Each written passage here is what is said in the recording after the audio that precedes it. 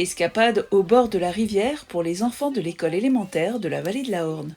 Aujourd'hui, ils ne partent pas sur les traces du castor, mais forts de tout ce qu'ils ont appris sur lui au cours de l'année. Élodie Frémaux, animatrice nature au Parc naturel régional des Vosges du Nord, les invite à une séance de land art. Aujourd'hui, ce sont eux, les castors architectes. Alors en fait, c'était l'idée de Roman.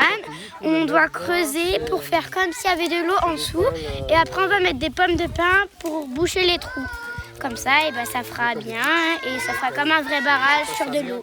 Le partenariat entre le parc et l'école est né il y a 4 ans. L'école se situe juste en face d'une remarquable roselière et de la rivière où s'est installé le plus grand rongeur d'Europe. Élodie Frémaux est venue à plusieurs reprises au cours de l'année pour sensibiliser les enfants à l'importance de la présence du castor. Alors ce projet, c'est pour en connaître davantage sur l'animal, le castor, qui peuple la vallée de la Horne depuis un petit temps maintenant, et de connaître son milieu de vie, de le connaître davantage, connaître son régime alimentaire, comment il fonctionne, comment il se comporte. Aussi, on l'appelle aussi l'animal architecte, parce qu'il va modifier notre environnement. Il va aussi, par ses constructions, créer de nouvelles zones de présence pour les animaux, pour certains animaux. Cette dernière séance consacrée à la construction n'est pas le point final du projet. Les animatrices et les professeurs ont proposé aux enfants de synthétiser tout ce qu'ils ont appris via un compte-rendu original.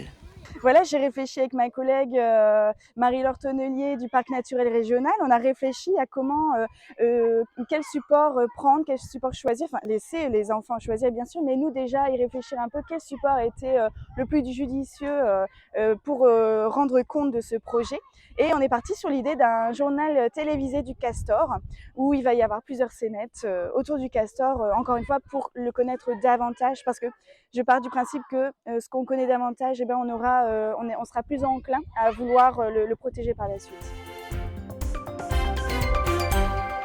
Bonjour à tous, bienvenue dans le JT de TV Vallée.